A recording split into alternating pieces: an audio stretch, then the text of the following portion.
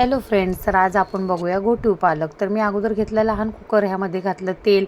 मग तेल चांगलं तापलं की घातली मोहरी, मग घातली जिरे, मग घातला कढीपत्ता, मग घातला लसूण आणि मग घातले टोमॅटो. हे चांगलं एकत्रितपणे हलवून घेतलं. मग घातली हिरवी मिरची, लसूण, जिरं, मीठ हे आणि कोथिंबीर एकत्रित वाटलेली पेस्ट. हे बघा, ही हिरवी पेस्ट. मग ती हलवून घेतली चांगली. मग घातली 1 चमचा हळद, 1 चमचा तिखट मसाला आणि चवीप्रमाणे थोडंसं मीठ आणि हलवून घेतलं. परत मिरचीचा कच्चेपणा जाईपर्यंत हलवून घ्यायचं.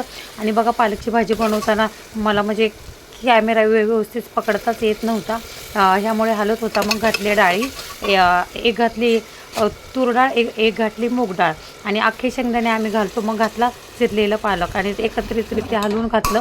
मग लागेल एवढं हलवून घेतलं आणि मग लागेल एवढं पाणी घातलं आणि कुकरची शिट्टी लावून दिली. आणि 2-3 कुकरच्या शिट्ट्या झाल्या की तयार झाला पालक. आणि तो इतका छान झाला होता की सगळ्यांनाच आवडला. सगळ्यांनी आवडीने एन्जॉय केला. आणि बघा, मी हा जेव्हा संपला तेव्हा दाखवला.